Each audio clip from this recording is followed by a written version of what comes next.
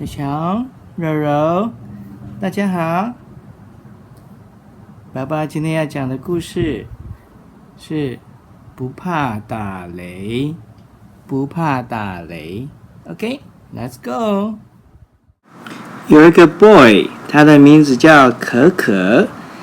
他睡觉前呢，可可爱听爸爸讲 story， 讲故事 stories。听完故事，可可就睡着了。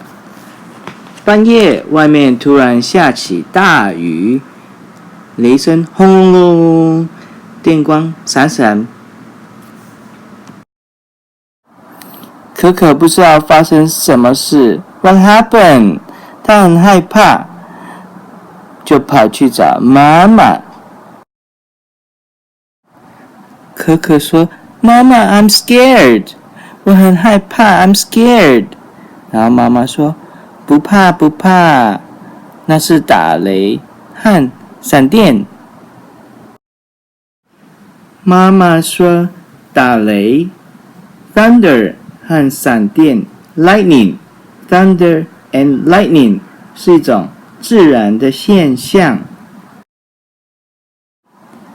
就像白天可以看到太阳 sun， 太阳 sun， 然后晚上呢可以看到 star 和 moon。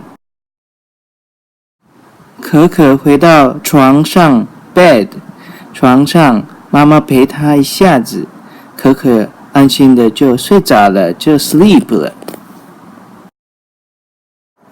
可可知道打雷和闪电 thunder 和 lightning 是自然的现象，又有 teddy bear 熊陪着睡觉 sleeping， 他就再也不害怕了，就不会 scare 了。